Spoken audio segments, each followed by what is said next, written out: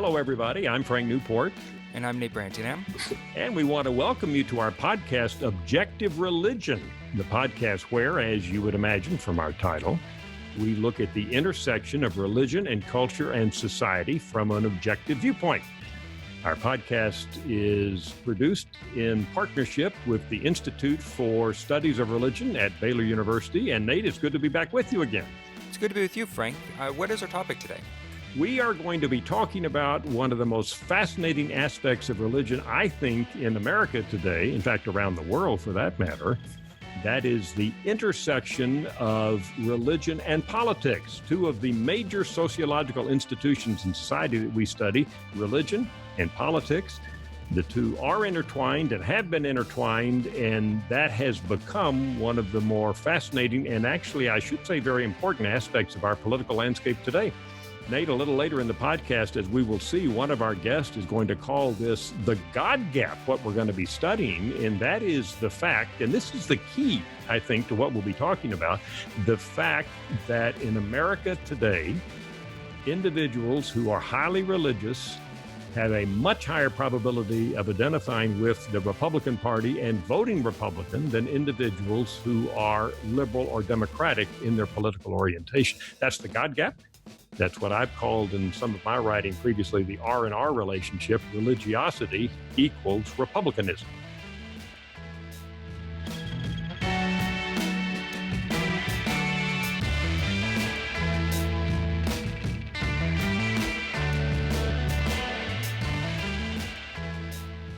Well, Frank, today I'm going to ask you our teaser question. I know today we're going to talk a lot about evangelicals and Protestants and all of that.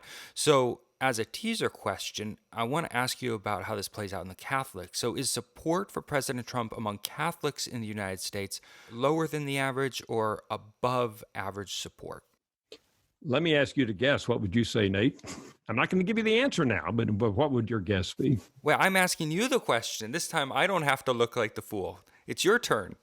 Well, I'll tell you what, I'm going to answer that question, but you have to stick with us. We'll answer that near the end of the podcast today. Very important question, because about 22% in that range of Americans today are Roman Catholic in their religious identification. So that's a very, very important segment of American society. Does the name Paula White mean anything to you, Nate? It sure does. It does. In the news, as Trump appointed Paula White to be the official White House spokesperson for the Evangelicals, and so I'm really interested in how that's going to play out. Yeah, what better could kind of exemplify what we're talking about here? She is a well-known evangelist. She's senior pastor of the New Destiny Christian Center down in Orlando, Florida. Kind of Trump's pastor is what she's been designated as by members of the media. And now he's made it official, as you said. He's brought her into the White House, and she's going to be a liaison between the White House and I think basically evangelicals in society today, which, as we will see, form a core component of the president's base overall. Also in the media, I noticed recently NPR had a major two-part series they broadcast, National Public Radio, where they interviewed highly religious whites in North Carolina, and they called it Evangelical Christians on Faith and Politics, which really shows the importance that the producers there at NPR put on this relationship between religion and politics and society. Wait, so are we not the only ones talking about this? Well, that's what we're saying. It seems to be a meme, M-E-M-E, that's permeating through all aspects of our society today. A lot of people talking about it, a lot of people living it and acting it out, and that's what I think makes it so important for us to review. I've always been fascinated by the Reverend Robert Jeffries. You know who he is, Nate, of course. Yeah, the senior pastor at, First Baptist Church at Dallas, right? Absolutely. One of the largest churches in the Southern Baptist Convention, formerly pastored by W.A. Criswell for many, many years, decades ago, who was really a very famous pastor. Jeffries, in his bio on his website, says, I am the senior pastor of First Baptist Church Dallas and a Fox News contributor. That's in the first sentence of his bio. And I noticed recently he appeared on Fox Business News with Lou Dobbs and said, and this is a quote now, 99% of evangelicals oppose President Trump being removed from office. They know this is nothing but a farce. And he went on in that instance, very much like a standard political commentator would. And yet Reverend Jeffries, Dr. Jeffries, is a pastor. He's a Southern Baptist pastor, but he has taken on the mantle of really involving himself heavily in the political aspect of our society today, which I think is really fascinating and really underscores the degree to which there is a connection between a lot of highly religious leaders in America, leaders of highly religious denominations and churches, and politics. I heard a number in there, 99%. That doesn't hit me as accurate. You're the numbers guru, Frank. Is that an accurate statement? Well, he simplified things. Again, Did he? He said 99% of evangelicals. There actually was a poll put out by the Public Religion Research Institute very recently where they had that number 99% in it, but he left out a few adjectives. It was not evangelicals. It was Republican, white, Protestant evangelicals. 3 different qualifications on evangelicals to get to the 99% in that poll. Again, white, Republican, Protestants who were evangelical, and they did find 99% who opposed Trump's impeachment in that poll. He shorthanded it and said evangelicals, but that's not true. If you just take the broad group of evangelicals, no matter how you define it, it certainly would be a lot less than 99% who would oppose President Trump's impeachment. Nate, we've been talking about very well-known individuals who are in the national news media, but I think it's very useful to talk to normal people, which is, of course, what we do in all of our surveys. Recently, one of our producers, Micah, was able to go out into the streets and talk to young people about their religion and how it relates to their politics. Awesome. Can't wait to hear it.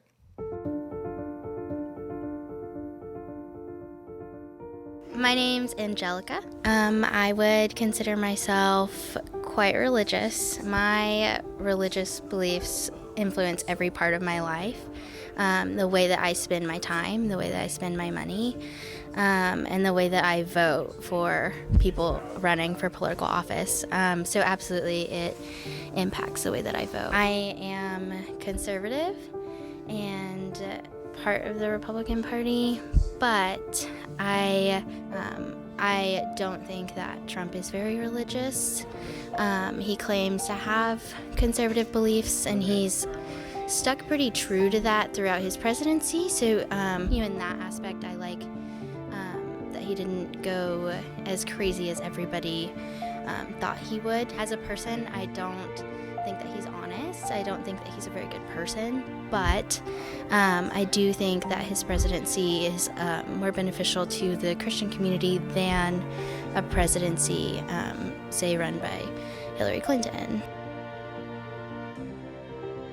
My name's Jake. I would consider myself fairly religious, very Christian.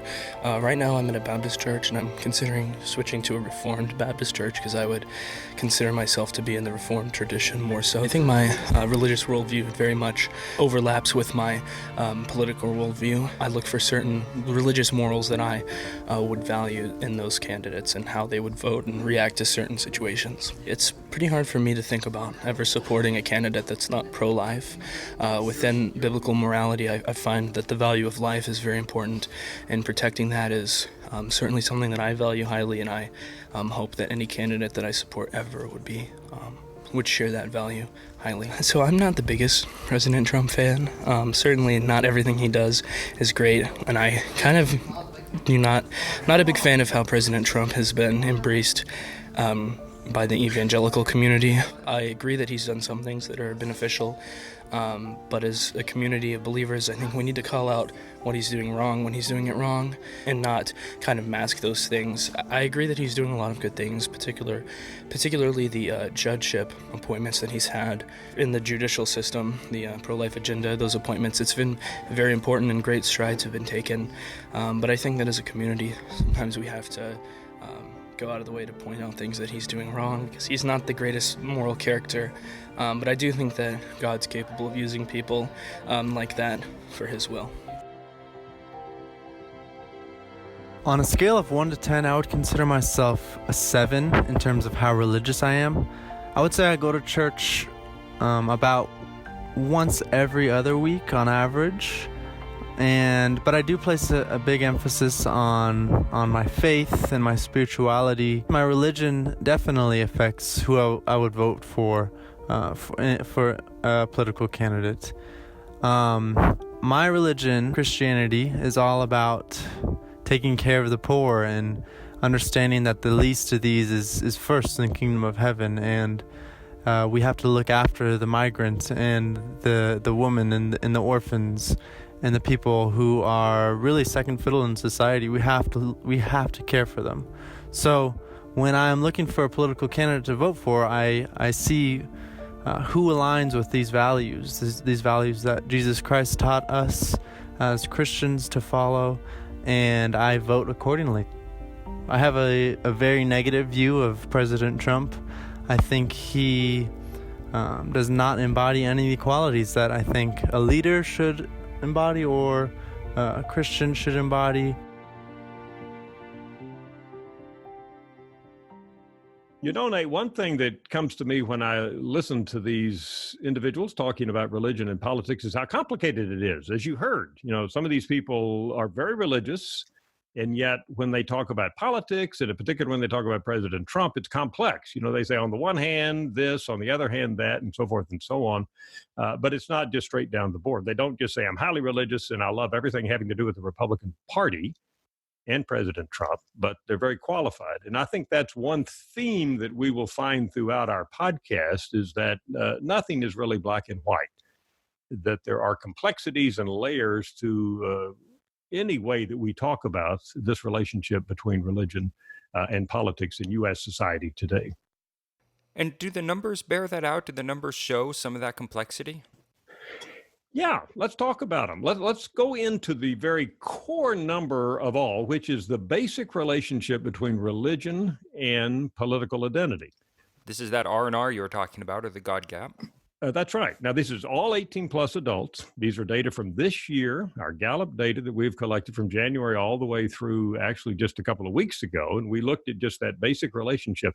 Now, Nate, for these relationships, I'm looking at religiosity defined by religious service attendance, which is one of the basic questions that we ask in every survey that we do here in the U.S. So it gives us a huge sample size to be able to look at. And I've broken that into three categories: those who are frequent church attenders or religious organization attenders, mosque, synagogue, church, that's how we define it. Frequently means every week or almost every week. Then we have the middle group who go monthly or seldom. And then we have the bottom group who say they never attend religious services. And then we ask them, what's your political identity? And I'm looking here at the percent who identify with or lean to the Republican Party. Well, the bottom line for all 18 plus Americans today in our country is a 23-point gap.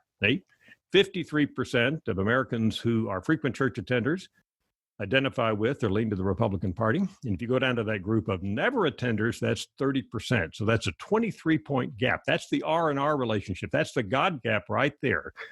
All Americans, 18 plus, you've got a 23-point gap between those who attend church frequently and those who never attend in terms of the percent who identify with the Republican Party. This both makes sense, but also I have some questions. 53% is high, but it's not as high as, well, we just heard Jeffrey say 99%. So is that where the qualifiers come in? Absolutely. Now, again, he was talking about evangelicals, and the data he was really referring to there were white Protestant Republican evangelicals, which is different. But the race and ethnicity is a very core part of this, because African Americans in American society today are the most religious race and ethnic group that we identify. And at the same time, they're the most democratic. So Black Americans absolutely kind of blow up this relationship. They're actually the opposite of what we see everywhere else. So it's important in our analysis here. And by the way, there are a lot of reasons, historical reasons, for Blacks not only being religious, but also being very democratic, which we can come back to in the podcast. But usually when we look at this relationship, we isolate whites. And so when I do that, when we only look at 18 plus Americans who are white, we find the relationship gets even larger. 69% of white Americans who are frequent church attenders identify with or lean to the Republican Party. And if we get down to that group of white Americans who never attend church, that's 35%. That's a 2-to-1 ratio, Nate. 35 to 69 is the difference between white Americans who never attend church and those who go every week or almost every week. 35 to 69%, a huge God gap. That's striking. That's striking. Are there other ways that we could skew that some more, or add more qualifiers to see how close we can get to the 99, or just to understand this a little better? Yeah, let's restrict this just to Protestants. How about that? White Protestant adults, and it's 73% of white Protestants who attend church frequently identify with or lean to the Republican Party. And that's down to 54% of those who never attend church in that white Protestant group. So if we add Protestant in there, we up that percent to 73% who are Republicans. But we also got a giant jump there when you added white Protestants on the never. So if you're white Protestant and never, you will still lean much stronger to Republicans. So it's a huge jump on the bottom end of that too, right? That's right. Good point. It was down. It was 30%. You remember when we talked about the numbers just a minute ago. Almost 35, right? Yeah. Yeah. When we talk about just whites, but when you add Protestants in there, you're more likely to be Republican if you're a Protestant, even if you never attend church. I should say that's a fairly small group. If you tell an interviewer you're a Protestant, then you're not a That's nun. true. That is, you have some That's religious identification. But there are Protestants who never attend church, and as you can see, they still tend to skew to the Republican Party. So we've talked about how that is and how you can cut this pie in different ways and kind of get a better understanding of some of the nuance between the Protestant, the whiteness, and Republicanism and church attendance. How did this play out in, say, the 2016 election then? Well, we have exit polls, which are good for the 2016 election, where interviewers stopped people as they were leaving the polls. For the most part, it also included some interviews for those people who submitted absentee ballots to try to get them into the mix. But basically, exit polls are trying to figure out what happened on Election Day in 2016. The exit pollster did ask people about religious service attendance, and 55% of all Americans who voted, who said they go to church or some kind of religious entity every week, voted for Trump. 55, 41 for Clinton. So if the election had been held just among Americans who are very frequent church attenders, Trump would have won by 14 points over Hillary Clinton. But if you go down to those who never attend religious services, those who told the interviewers they never attend religious services, Clinton would have won 62-40. So there's that big difference there by church attendance evident in exit polls that we have from the 2016 election. Interestingly, Nate, they also ask Americans as they left the voting place back in 2016, do you personally identify as born again or evangelical? Among white Americans who voted in 2016 who said, check the box, yes, they were born again or evangelical, it was an 80-16 Trump over Hillary Clinton spread in terms of the actual vote. Oh, that's a huge amount of support there.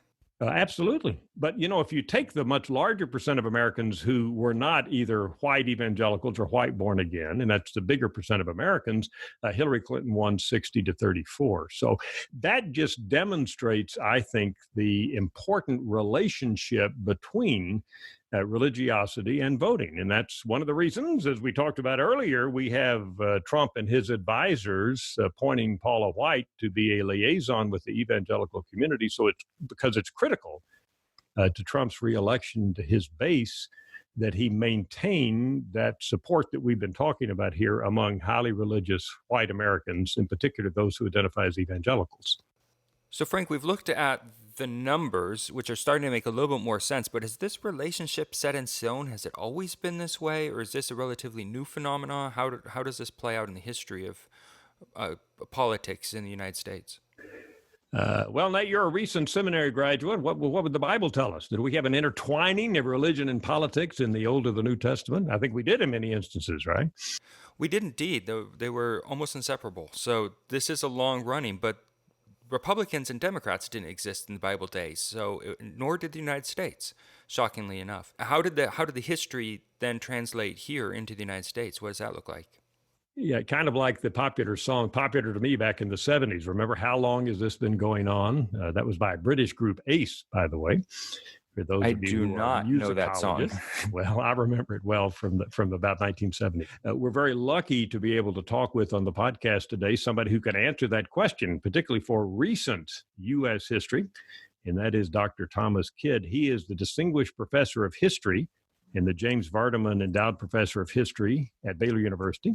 and he's also the Associate Director of the Institute for Studies of Religion, our partner in sponsoring this podcast. Dr. Kidd's most recent book, Who is an Evangelical? The History of a Movement in Crisis, has got a lot of favorable press recently. It just came out this year in 2019, and Dr. Kidd is a perfect guest for us right now to answer this question, to give us an overview on this question of the history of the intertwining of religion and politics in the United States.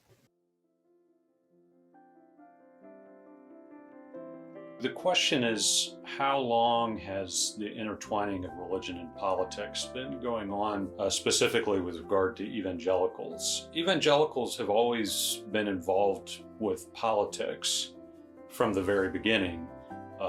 There were people involved in British imperial politics in the era of the First Great Awakening. So that part of it is not new. And a lot of people think of evangelicals' connections with politics as starting with the moral majority in the 1980s, but I would date it at least as early as the 1950s, when you have leading evangelicals, leading white evangelicals, especially Billy Graham, who are starting to partner with Republican candidates and politicians, really starting with Dwight Eisenhower.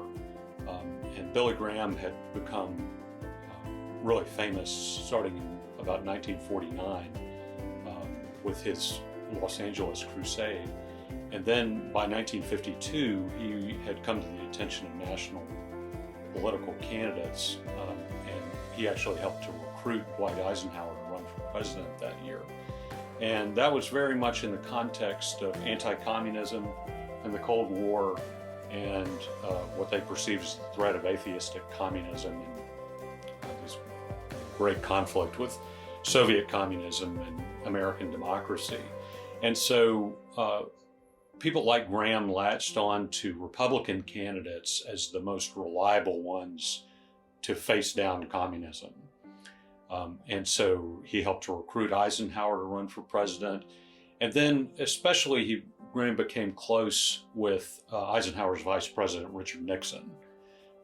And in the 1960s, Graham was definitely one of Nixon's most avid supporters, and he would have Nixon speak sometimes at his crusades and so forth. And then, of course, that turned out to be disastrous because of Nixon's disgrace in Watergate and resignation as president. And that, I think, chastened Billy Graham about being overly connected with politicians, but it had also set the pattern by which leading white evangelicals tended to align with national Republican figures. And so when Jerry Falwell Sr. founded the Moral Majority and came over to supporting Ronald Reagan in 1980, there was 30 years of precedent for that. I think 1976 is a really important transition year. A lot of white evangelicals had already been supporting the Republican Party, following the lead of people like Billy Graham. But in 1976, you have the last instance where the Democrats are making a serious bid for white evangelical votes. And that, of course, has to do with the nomination of the white evangelical Jimmy Carter for president. And so that's a moment where there's still a lot of white Southern evangelicals who are going to vote Democratic. But during Carter's term, he gave the impression of not being very strong on foreign policy issues, including anti-communism. And maybe more importantly, it became clear that he was pro-choice, and that he also supported the Equal Rights Amendment that had to do with equal rights for women in American law. And that led people like Jerry Falwell Sr. to abandon him. Now there's such overwhelming white evangelical support for the Republican Party, and that really gets set in concrete with the moral majority and Reagan's election in 1980. That a lot of people who don't know much about evangelical faith, the way they hear it discussed in the media is just, oh, these are these religious Republicans. But of course, that's not a very historical definition of what an evangelical Christian is. And certainly even today, when you look at in America and around the world at who evangelical Christians are, the vast majority of them globally are certainly not Republicans, because they're not Americans, and they're not necessarily white, because there's evangelicals in every major ethnic group around the world. And so this is one of the areas where the media, I think, do have an enormous shaping influence on the way that people see what an evangelical is, because all they ever hear about is evangelical political activism. I think there's a lot of complexities in kind of our understanding of who's an evangelical, how do they get counted as an evangelical. But I'm sure that there has been in some evangelical churches an increasing emphasis on your duty as a Christian is to be politically active. I know that Jerry Falwell Sr. certainly pushed that line, and some of his successors today continue to push that line of the Christian obligation to be politically active. I really enjoyed listening to Dr. Kidd kind of explain that, and it's given me a bit of a better understanding of the history. Now that we know the history and we know today's data, how can we try to make sense of that data and I guess the causality of this data? What causes what, and how do those things interplay? Yeah, I think that's a very good question, Nate. As he made clear, Dr. Kidd made clear, some of this has to do with leaders. You have political leaders who are attempting to go after, if I can phrase it that way, the highly religious vote in America, the evangelical vote. And we have some religious leaders. You heard him talk about Billy Graham. And then more recently, we've had Jerry Falwell Jr., and other religious leaders who are actually drawing the connection to politics. So at the leadership level, it's pretty clear we've had a lot of back and forth. But as you say, I think it's very fascinating to look at what happens at the individual level when we talk about actual average Americans. From womb to tomb, as we say sometimes in sociology, from when they're born to when they die, how does this pattern develop? Some people have said it's genetic, which I think is very interesting, that somehow some people are born genetically to have a proclivity to be both conservative and highly religious, and other people aren't, which is a fascinating topic in and of itself. But if we want to look more generally at what happens, I think it opens up a very, very fertile area of discussion, which is the life course of Americans when they get their religious identity and when they get their political identity, and how those are intertwined. And Frank, we like to have guests here on the show. So who can we talk to try to understand this relationship a little bit better? Well, we're very fortunate, Nate, to have recently been able to sit down and talk to whom I think is one of the world's experts on this relationship between the development of political identity and the development of religious identity, Dr. Michele Margolis of the University of Pennsylvania. Michele, welcome to our podcast. Thank you. It's a pleasure to be here. You're a perfect guest because we've been talking about religion and politics, and you are a political scientist who has specialized in religion and politics, which makes it an apt setting for us. And we really look forward to learning about a lot of the research that you've conducted in this area. A little background, you went to Berkeley, University of California, Berkeley as an undergraduate. You went to the London School of Economics in London, got a master's degree, and then you got your PhD in political science at the Massachusetts Institute of Technology, MIT in Cambridge. And now, as we talked about, you're a professor at the University of Pennsylvania. My question right off the bat is, what interested you in this connection? I mean, I see political science, but it seems like a very fascinating path that you've taken to really focus your research on religion and politics. How'd this happen? Oh, so it actually happened when I was an undergraduate. I wrote an honors thesis that no one should ever read. It was great for, a 21-year-old, but I was really interested in understanding how and why different religious groups voted the way they did.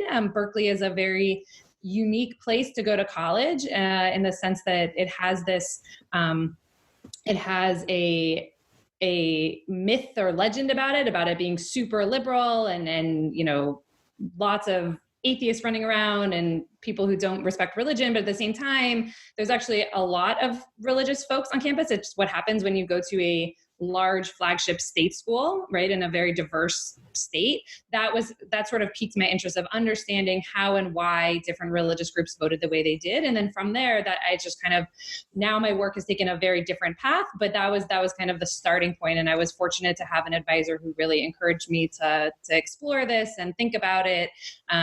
From both, I'm a political scientist, that's my training, but doing a lot of reading in sociology, in religion, it's in the religious studies field, in psychology, and thinking about religion through multiple lenses as a way to help us understand politics. Excellent. And I should mention that one of your publications, the book that you've written so far, there'll be more, I'm sure, is From Politics to the Pews. Let me repeat that, From Politics to the Pews.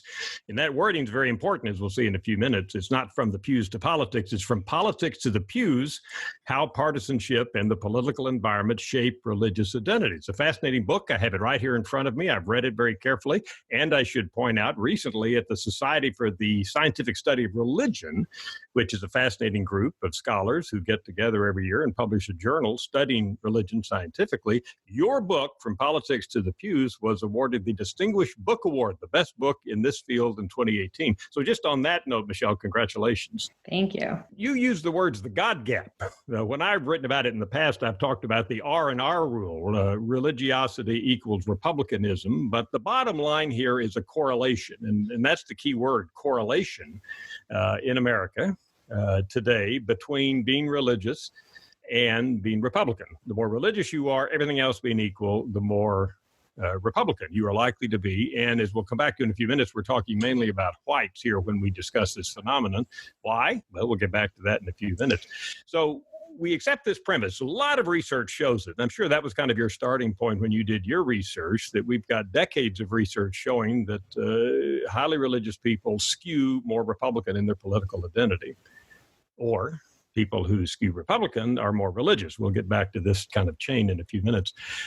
What are the explanations that people typically give for this? You've explored a lot of them. When we hear this, and a lot of people now know this fact of life, what are the usual ways that people try to explain it? Yeah. So importantly, this, we can call it the religiosity gap, the God gap. It's a relatively new phenomenon. This hasn't always existed, right? Before the middle of the 20th century, we had these divisions along denominational lines. That Catholics voted Democrat, mainline Protestants were Republican, and so it was very much group based. And now, as you said, we have this world in which mainline Protestants, evangelical Protestants, Catholics, undifferentiated Christians, kind of all take a similar trend, which is the more religious you are within your faith, the more likely you are to be a Republican. And so that you kind of have, Catholics and evangelicals coming together based on whether they're religious or not. And the explanation given for this is that the political landscape changed. There's a lot of explanations, but basically starting in the 1970s, a lot changed where people were able to potentially bring their religion and religiosity to bear on their political decision. And all of these changes together kind of created an environment in which the conventional wisdom goes that people could draw on their religious identities when making political choices. And that's kind of my starting point. Is I think that a lot happened in the starting in the mid 70s up until today, but starting in the 70s. But I argue in the book that it also allows people to make religious decisions on account of their partisan identities. So it became a two-way street. So it's not just a one-way street or a zero-way street, but these things started having interaction and relationship between the two of them. Absolutely. And I guess I should start or have the caveat, which is that my book is From Politics to the Pews. It shows very carefully and systematically how politics can shape people's religious decisions. At no point in the book do I make the case that religion does not affect politics. In fact, I am quite certain that it does. But in the interest that there's tons of research that show that look at that relationship, I spend the bulk of my book focusing on showing that this other relationship does indeed exist. But it doesn't mean that I think that religious identities cannot influence how we see the political world at all. But in fact, as you said, it's much more likely that now it's this reciprocal relationship it's affecting each other, which in part is how I think we got this relationship to be so strong, is because religion's affecting politics, politics is affecting religion, and now we have this crazy, inextricably linked sets of identities in American society today. I think what struck me and strikes a lot of people in your book is that although you've just talked about, as Nate was asking about this intertwining, the causality goes both ways. And I think for our listeners, that's for important causality, what causes what. Most people, perhaps myself included, have assumed that the most powerful force of all is that you're religious. And if you're highly religious, you look around and seek a political identity that fits in with that. And as you've talked about, the Republican Party has certainly done things in order to encourage that relationship. And there may be some other reasons for it as well. But what's interesting about your book is you talk about, and clearly you say it's not 100%, but you talk about the fact that it goes the other way around, right? Explain that a little more, because that's the core to your book. Your political identity can actually lead you to certain choices in terms of your religion, right? Right. So the main crux, the theoretical argument in my book, focuses on two existing sets of literature. One is religious socialization and one is political socialization. And in a 2-second nutshell, the religious socialization literature says you're raised with religion, your parents take you to church, you don't have a choice whether you're baptized or not, or if you go to Sunday school. Mm-hmm. Come adolescence and young adulthood, it's very natural for many people to rebel against religion, just make religion not a priority. But then when you get married and have children, it doesn't mean that everyone comes back to religion, but this is a time in which people have to make decisions. So this is the time when we see a lot of people returning to religion, and then our religious identities are quite stable over the rest of our life. So that's the religious socialization. But importantly, political scientists have long shown that partisanship is a strong, stable identity that actually forms in adolescence and young adulthood and actually stays pretty stable. So people actually are pretty stable in both their liberal conservative ideology as well as their partisanship starting at a pretty young age. And so basically the argument of the book is I don't think that politics can affect religion all the time among everyone under any circumstances, but there is this juncture in which I'm now married, I have children. I need to make decisions about my religious upbringing that I want to give for my children. But now I've had my partisanship for like a good 10, 15 years, depending on, how old I am when I have my kids. And so I'm going to be making decisions about my religious involvement based on my existing identity, because we know from psychology that no one wants to have inconsistent beliefs, right? You don't want to go to church on a Sunday and take your kids and then have to say in the car on the way home, well, we don't actually believe this and this and this. And we also know people don't like to interact with people who disagree with them. So you're not going to necessarily go sit in a church if you're going to disagree with what's being said, or you're going to talk to people in the pews with whom you're going to disagree. And so this is this critical juncture at which my partisan identity is actually stronger and more solidified than my religious identity, because up until getting married and having kids, religion was just sort of in the background. It wasn't that important to me. And now I'm going to be making decisions for myself, my family, my husband, in conjunction with my husband, about what we want to do. And our politics are going to play a role. And that's the crux of it. But importantly, because our religious identities, once we've made those decisions, it's actually pretty stable moving on. It doesn't mean your religiosity cannot change later in life. But these decisions that you're making at this one juncture, which is affected by politics, kind of stays with you for years to come. And so politics, that is where politics is able to kind of have this important effect on religious identities. So let me get this straight. You're saying your politics are pretty well set early in life, and therefore, when it comes time to make decisions about religion, which isn't so set earlier in life, those political factors, your political identity, can affect what you choose in terms of religiosity. Fascinating. Why, once I'm making that choice, and suppose my politics are fixed and I'm a Republican, conservative, or my politics are fixed and I'm liberal and a Democrat, Michele, why is it in today's environment that if I'm the former, I'm conservative, I'm going to veer off and become pretty religious, and if I'm liberal and a Democrat, I'm going to become a none, that is, have no religious identity, or at least be less likely to be religious? Why is that? Importantly, I think the answer is the media. I think that there's a lot of people out there who could and would be totally happy in a liberal church, but in their mind, they think religion equals republicanism. And so therefore by being a Democrat, I'm therefore not religious. And so you have people who I think could and would be very happy in certain religious communities, but the narrative out in the broader environment is, religion and republicanism are one and the same.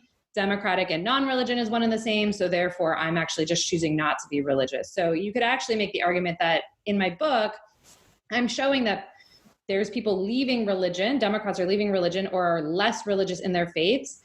And that exists despite the fact that they can select into a church that they want, right? And so you could actually imagine that there's even more sorting than my book even shows, because it's showing just the levels of religiosity and saying, no, I don't identify at all. I've left organized religion. When in reality, there's this whole other dimension of sorting, which is that you're actually sorting. We don't want to hear messages that don't comport with our pre-existing partisan identities. We don't want to sit and have a conversation about Donald Trump in the pews and maybe talk to someone who doesn't agree with what we think, right? And so because of that, there's this whole additional selection that there's, 2 churches 3 blocks away from each other by my house.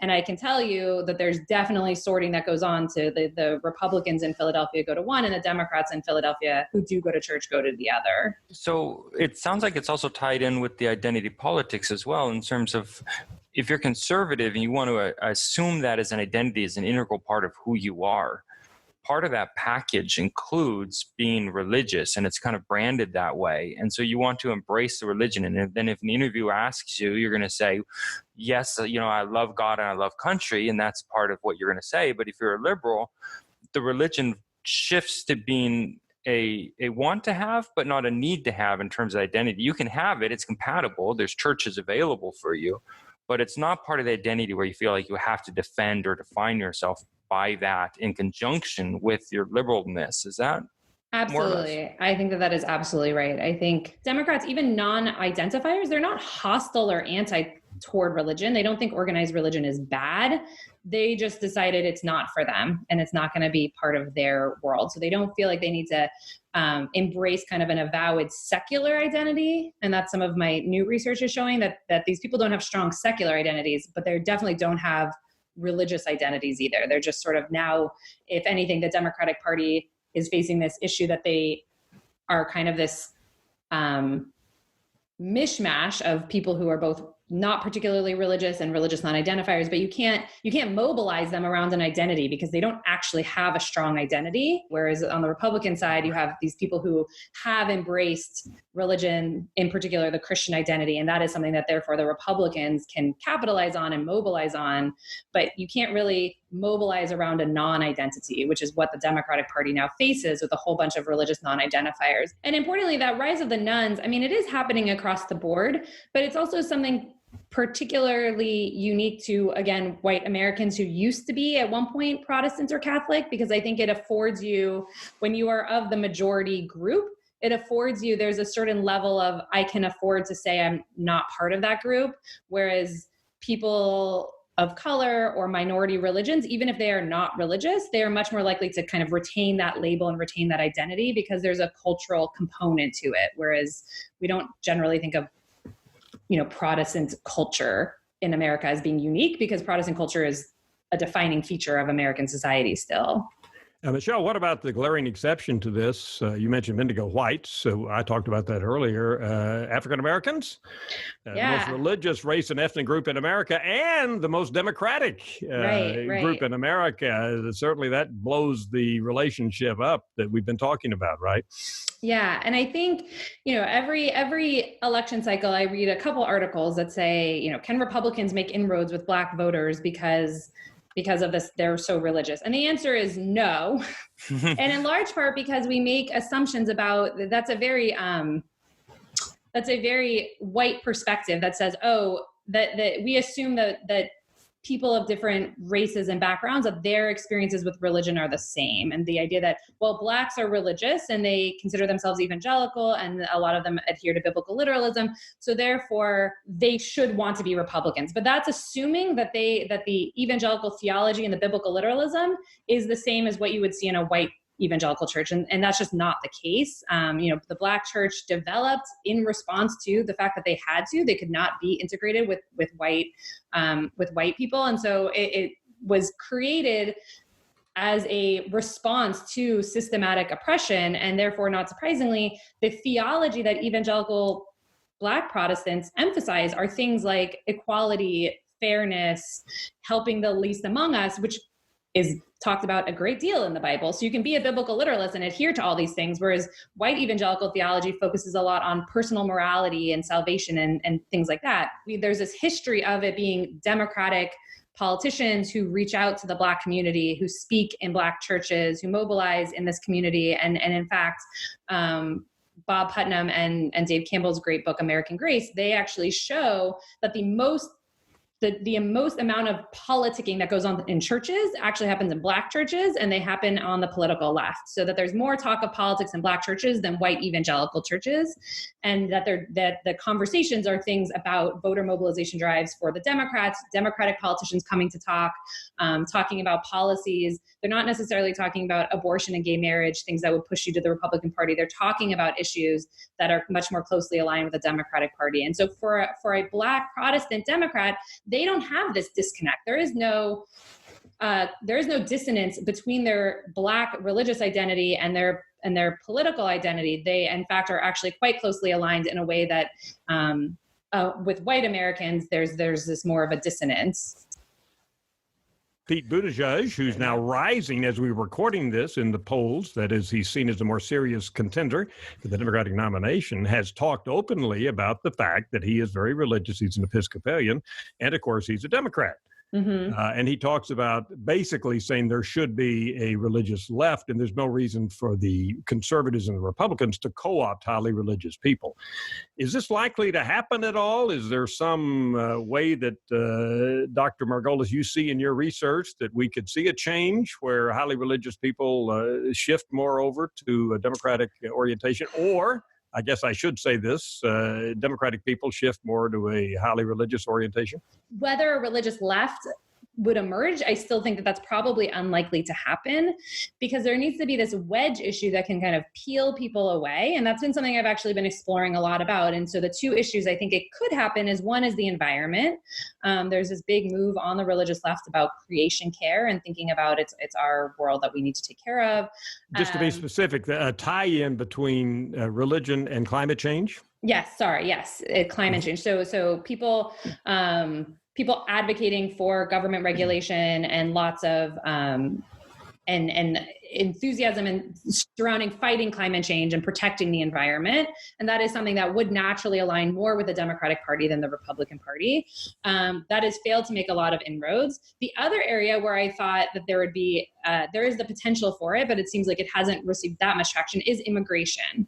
The Bible is quite clear on welcoming the stranger and how people should be treating people from other countries. The political climate, however, has certainly opened the door for religious leaders to take a stand when it comes to immigration reform, and certainly taken a stand to open the door to allow religious Americans to make this an important issue. And it seems like it has not. It doesn't mean it can't in the future, but these are the two issues that I think would potentially create a wedge between the Republican Party and religious voters. And so far it hasn't. Maybe those issues are just not salient enough. The other problem is this is just what happens when we live in a two-party society, right? So maybe these religious Americans do disagree with the Republican Party and Donald Trump on the environment and immigration. But if they agree on all these host of other issues, they're not actually going to move to the Democratic Party. And Michele, you have a recent piece that's about to come out, an article, Understanding Evangelical Support for Trump is a part of the title of that. So you've certainly looked at this question that Nate just brought up.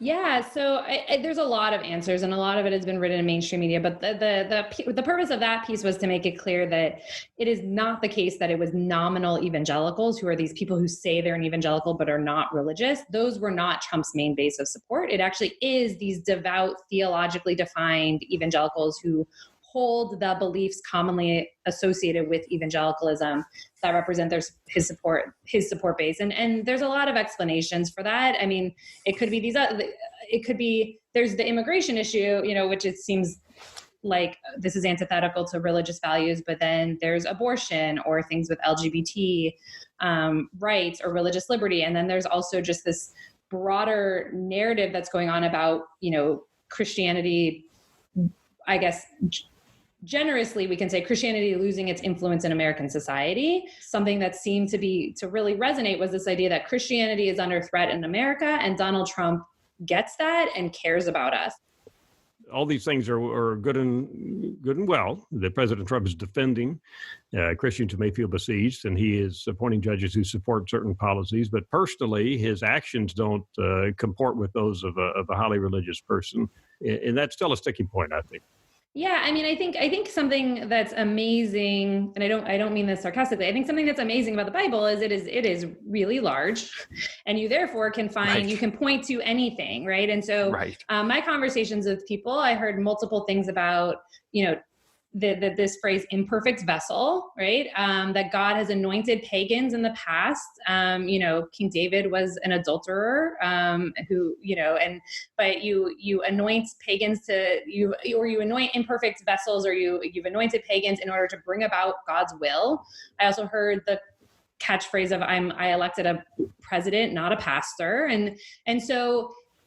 I think that part of it is I definitely think that this is an example of politics shaping your views or kind of coloring your views of things, because obviously these folks would not be okay if this was a Democratic president with all of these kind of personal foibles. Right. So politics definitely creates kind of a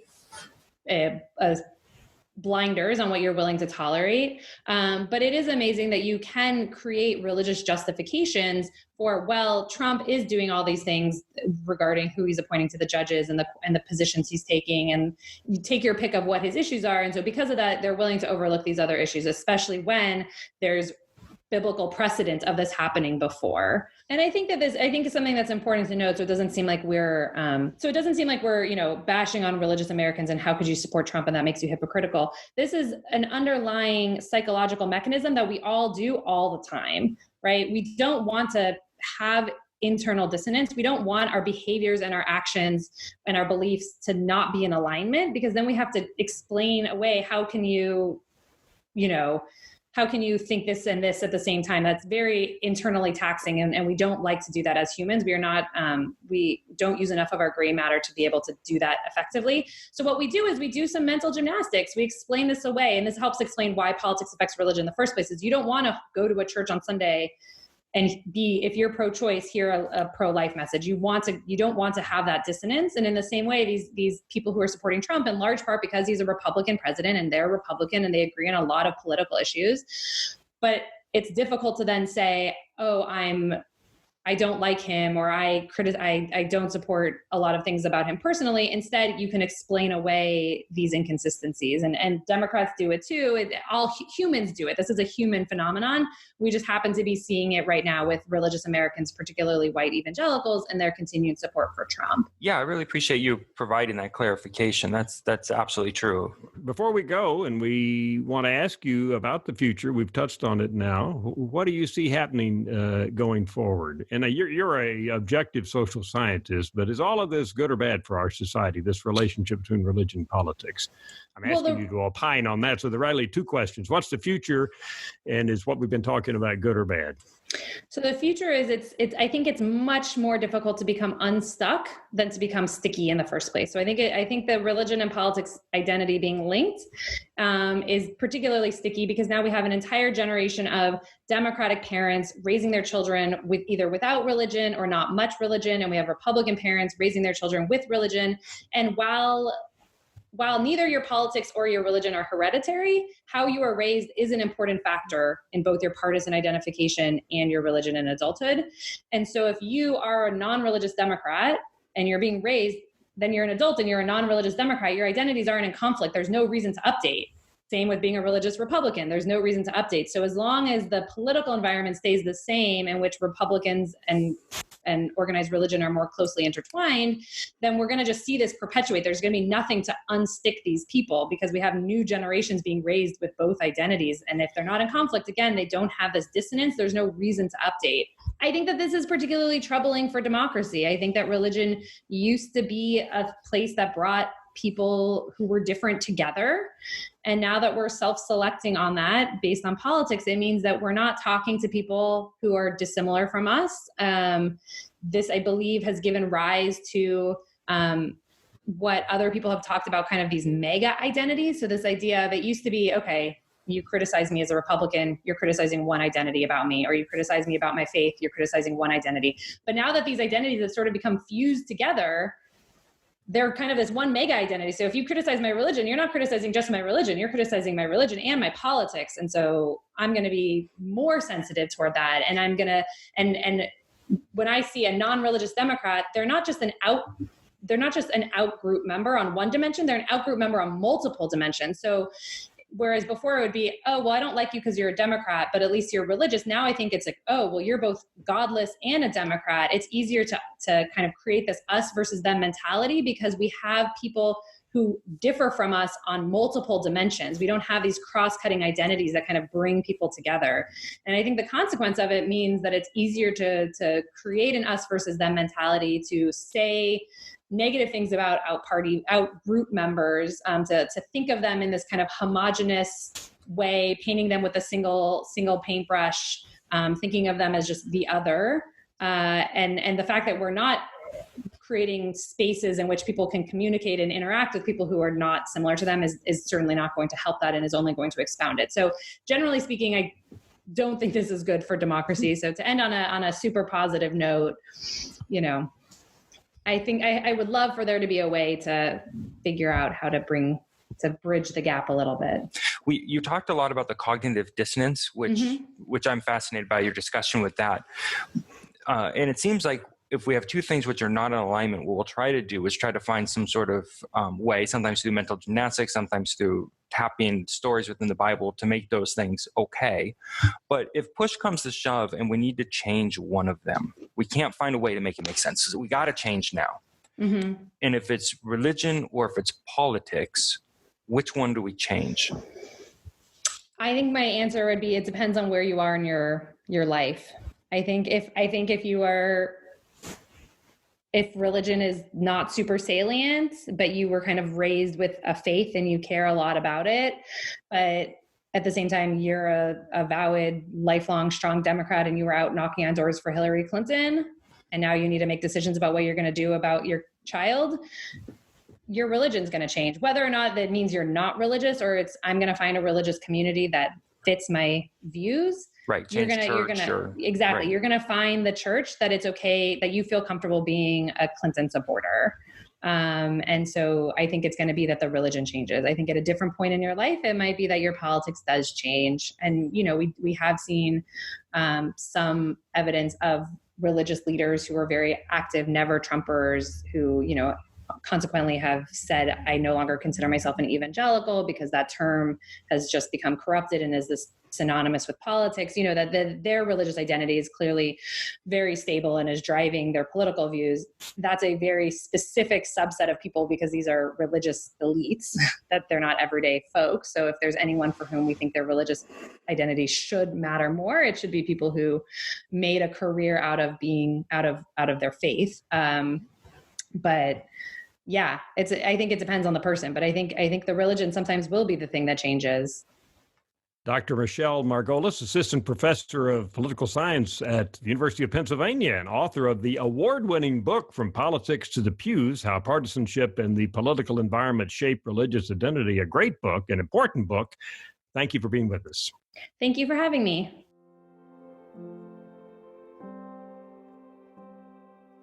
Nate, one of the most interesting things that I think we learned talking to Dr. Margolis was this reverse causality. That's what's really attracted a lot of attention from her research as published in her book, From Politics to the Pews. And that is the idea that people develop their political identities first, and actually that's primary, that's more important.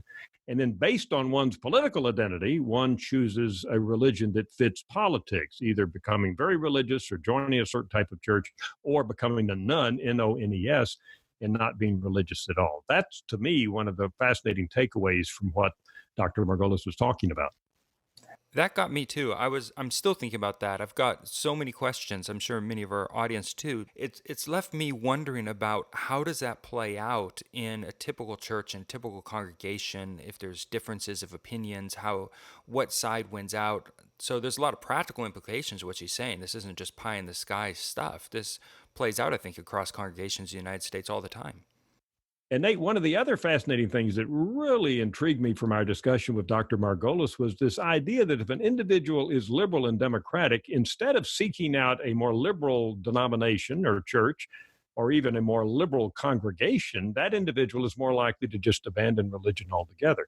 And that brings in Pete Buttigieg, as we talked about with Dr. Margolis, who has argued there should be a religious left. So to me, one of the questions is, why don't individuals who are liberal and democratic look for a religion or a group of fellow religionists, that is a religious congregation, who meet their kind of liberal or democratic political orientation, rather than just saying a pox on all your houses, apparently, which is what happens to a lot of them, and abandoning religion altogether. Whereas on the other hand, somebody who is conservative or Republican seems to find solace in a group of people who are highly religious and presumably have similar beliefs. I think that's the $1 million question. What does it take to create a viable religious left movement, and whether or not that's even necessary? I've heard arguments that it's necessary to have a religious justification for the stances that you take on the right, and we've heard some of that with our people in the streets, but that's not necessary on the left, and so if it's not necessary, it's just easier not to have it. But I'd be really curious, those religious congregations you talk about with a left lean do exist, but they don't have the draw that the right lean ones do. So what would it take to create a viable religious left movement? Yeah, that's what we're going to see. And I keep mentioning Pete Buttigieg because he's the only major Democratic candidate that I know of has actually addressed this in this 2020 election cycle directly, when he's talked about the fact that he personally is religious. He's an Episcopalian and defines himself as being religious. And he's saying, why can't somebody who's a Democrat like me find religion as an important part of our lives, and so on? Part of the answer to that, I think we learned from Dr. Kidd, Nate, which was that certain religious leaders who are more conservative have taken more action, right? A lot of this comes down to personalities. We have Franklin Graham, who is Billy Graham's son, who is carrying on his ministry and is very much intertwined with Republican politics. We talked about Dr. Robert Jeffries, pastor of a major Southern Baptist church, very much intertwined with Republican politics. And going back in history, we have Jerry Falwell, and now we have his son, Jerry Falwell Jr., who is the president of Liberty University that his father founded. He's very much intertwined with Republican politics. So some of this may be that we have more religious leaders who are pushing to the Republican side of politics than we have religious leaders who are pushing to the Democratic side. Maybe it's just a matter of personalities. We don't have those same kind of very strong and highly visible religious leaders who are oriented to the Democratic side of the political spectrum. And I think it relates to what we've been talking about here today, because one of the phenomenon that we've come back to again and again is that Democrats and those who are more liberal in their ideological identification tend to be nones. They tend to drop out of religion altogether, not have a formal religious identity.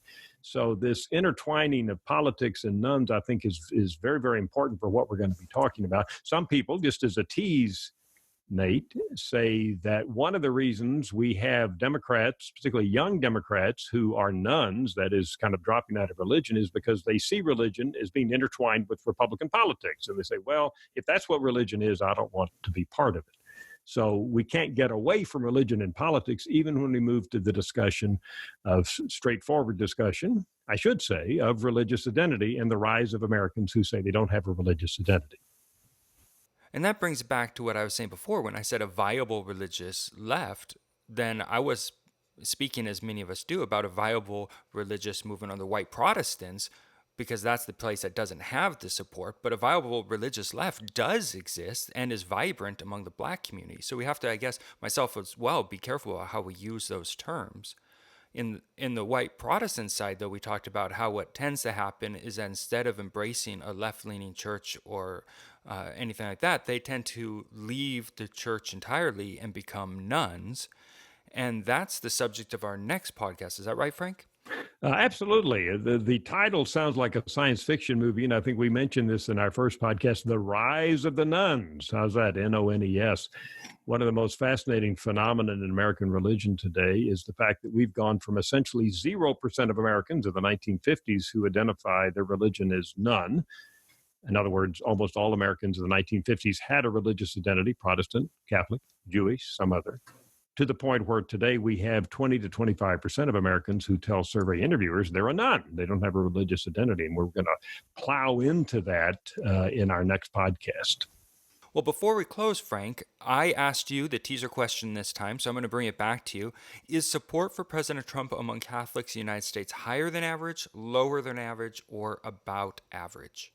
Yeah, and that's a great question. And as we noted at the outset, Nate, we've been focusing on most of our conversation on evangelicals, on white Protestants, because that's really where a lot of this relationship lies. But Catholics are a big part of America today, and that makes it a very important question. And the answer is Catholics are almost exactly average in their support for President Trump. Looking at our Gallup data for 2019 through October, 41% of Americans approve of the job President Trump is doing in office, our classic job approval rating. 41% of Catholics approve of the job President Trump is doing in office. So it's exactly the national average is where Catholics come in. By way of comparison, it's 51% of Protestants who approve of the job Trump is doing. 61% of Mormons, I should point out. Jews in America is way down to 31% job approval for President Trump. And then the nuns that we've been talking about, Nate, and which we will be talking about in our next episode of the lowest of all, just a 24% job approval rating for President Trump among the nuns. We invite everybody to come back to Objective Religion, our podcast where we look at the intersection of religion and society and culture in American society today. We want to thank the director of the Institute for Studies of Religion, Dr. Byron Johnson. We want to thank our producing team, Christian Oliveira, Micah Lambert, and Meg Hofer, and Nate Bradingham. I want to thank you for working with me today. It's been a pleasure, and I really look forward to our next podcast as we continue to explore objective religion.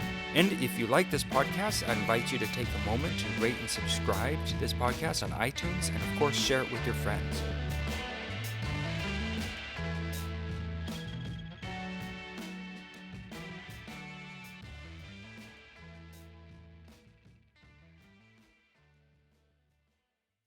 Launched in August 2004, the Baylor Institute for Studies of Religion exists to initiate, support, and conduct research on religion involving scholars and projects spanning the intellectual spectrum: history, psychology, sociology, economics, anthropology, political science, philosophy, epidemiology, theology, and religious studies. Our mandate extends to all religions everywhere and throughout history. It also embraces the study of religious effects on such things as prosocial behavior, family life, population health, economic development, and social conflict, while always striving for appropriate scientific objectivity. Our scholars treat religion with the respect that sacred matters require and deserve.